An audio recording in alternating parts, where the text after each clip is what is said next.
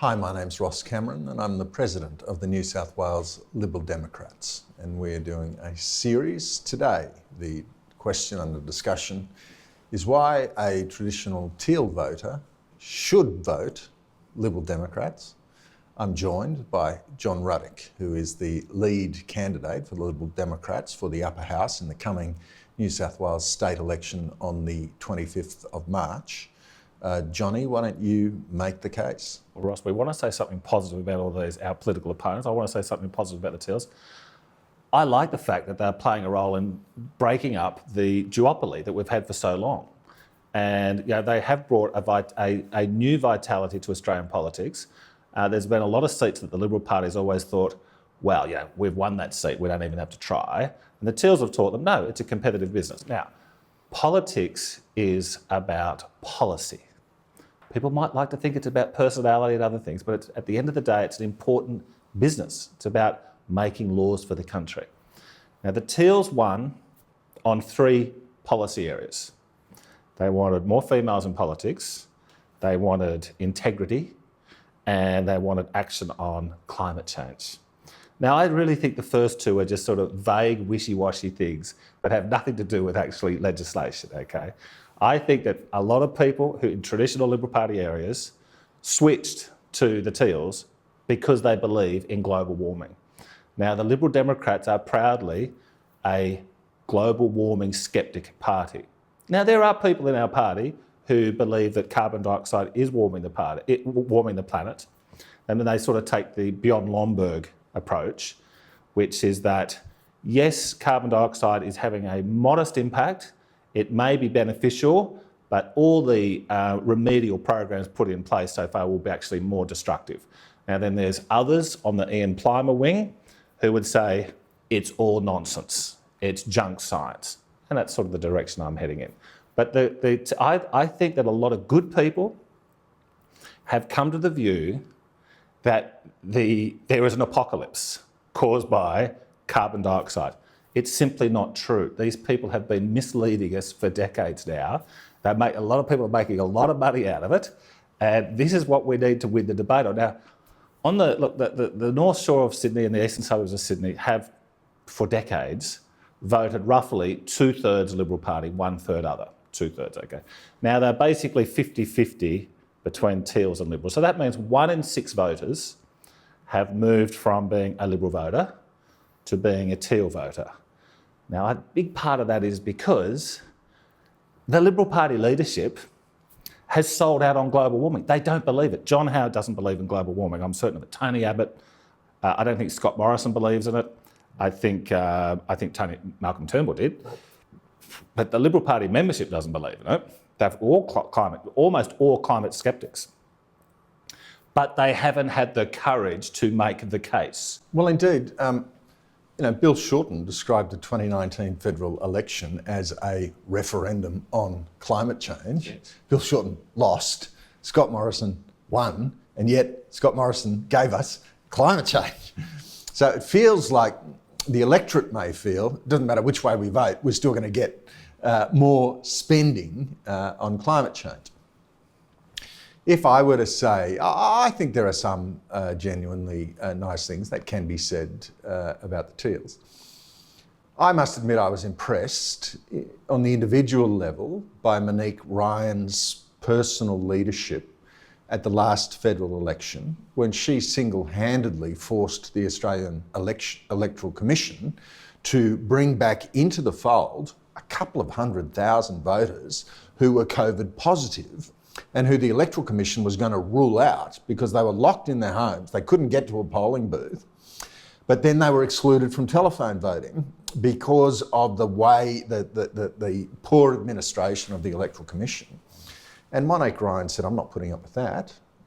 Any other member of the 151 members of the House of Representatives could have done it. A Green, a Liberal, a Labor, a Liberal Democrat could have done it. It was Monique Ryan who did it.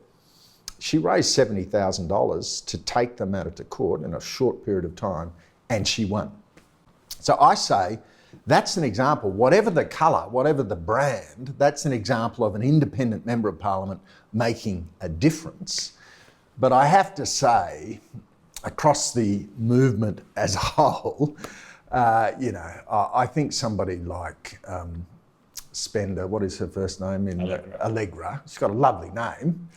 She comes from a beautiful liberal pedigree. Oh, yes. She has a Cambridge degree, but if I'm being frank, I think she's going to disappear without trace. She's going to make no impression on Canberra whatsoever, because I think she is, as you say, she's greatly attracted to these sort of vague integrity. We have the Teals setting this high bar on integrity. We immediately find out that Kylie Tink in North Sydney's got a significant portfolio of Whitehaven coal shares. We're taking donations from coal barons like Kinghorn. Yes. The integrity thing, I think, evaporates pretty quickly. But if I'm being mean, okay, what I think is really going on is that a group of really high net worth, multi-millionaire and some billionaires in Mossman sat around one day and said, well, what can we do to get our wives out of the house, campaigning on train stations and bus stops to hand out Dodgers to increase the value of our family assets in wind, solar and batteries? And they said, great idea. Let's put them in a teal t-shirt and out you go, honey. This is a group of, the Teals are essentially a group of very middle class, very white, sort of lapsed Christian ladies, desperate for a moral cause, wanting to belong to something and getting a big thrill about being with 20 or 30 others on a train station or a street corner. But perhaps a bit unfair. Well, look, their marketing was, when it started with Zali in Warringah, it started with her PR team saying, look, she's a real liberal. She's a liberal voter. She's just like the Liberal Party, but she believes in the climate change, unlike Tony Abbott. And this is what they've all tried to market themselves as. Well, they're actually real liberals. No, they're not. Zali was asked in her first campaign who her political role model is. She said Michelle Obama. Okay, now, so these are people who are not from the right side of politics, but they masqueraded as it, and they said that they're pro-small business. Well, in Canberra recently, Labor put up a pretty draconian industrial relations bill. Now, all these Teals said, oh, we're pro-small business, we're pro-small business. They did actually split on that issue, but most of them voted with the Labor Party. Well, I gave Monique Ryan a big rap over her biff with the Electoral Commission, but then she immediately walks into the chamber, votes for Labor's regressive 70s style return to collective bargaining, which is just going to throw a molasses covering over the whole economy, and she wanders in, tick, I mean, then after all of this argument about climate change, Allegra Spender, when finally gets elected, we see energy prices going boom, boom, boom in this ratchet up, so that pensioners are going to be shivering and dying under a rug because they can't afford to turn on a bar heater, and they go to Allegra Spender in her beautiful mansion in the eastern suburbs of Sydney, presumably facing north. Allegra, what should we do now that we've force-fed these totally unreliable and intermittent sources of energy, ramped up the price of energy? What do the Teals say we should do? And Allegra Spender says, maybe we should have price controls, on energy. This was her best idea. Well, this is, they've started it in Britain, they're doing it here. All this government regulation has had such a malevolent impact on the energy market. And now energy prices have got so high that now the governments are saying we're going to give households a cash rebate. It's like the old COVID lockdown rebate to pay you to stay at home. They're now saying, we've wrecked it so much and it's so expensive, we're going to give you a cash rebate. No. Well, what's happened is that the government shouldn't have anything to do with the energy market. It should be it's part of the private sector. We should have we are not anti the renewables, or which some people call unreliables. We're not anti them. We just don't want them to get government assistance. We need them to flourish in the private sector, just like nuclear and coal and gas. We're pro all of the above when it comes to energy. But the guts of it is the Teal voters still aren't going to listen to us.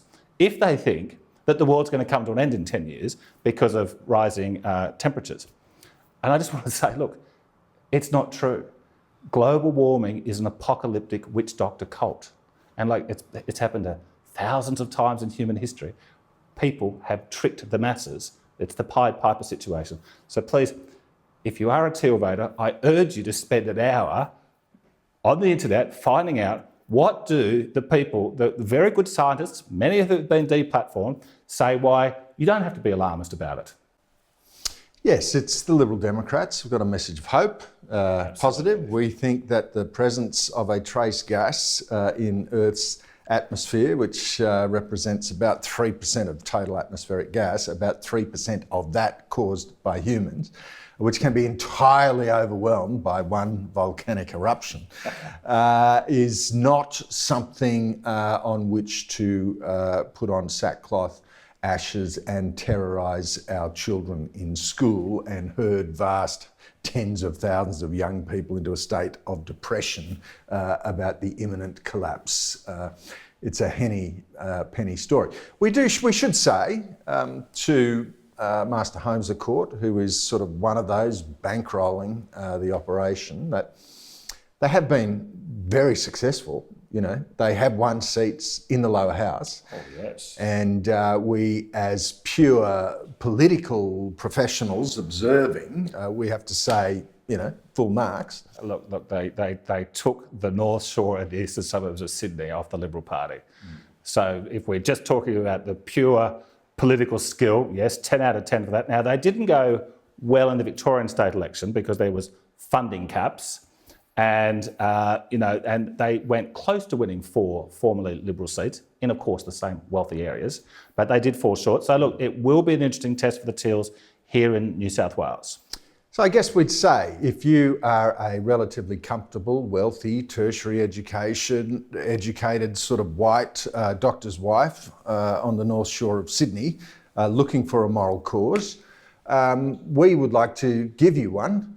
It's one that will work. It's one that will actually enhance the liberties and the prosperity of ordinary Australians. It's a rational policy and it will help not just the wealthy, but the aspirational poor. John Ruddick is the leader of our ticket in the New South Wales Upper House, and on March 25, we hope you will give him your #1 vote.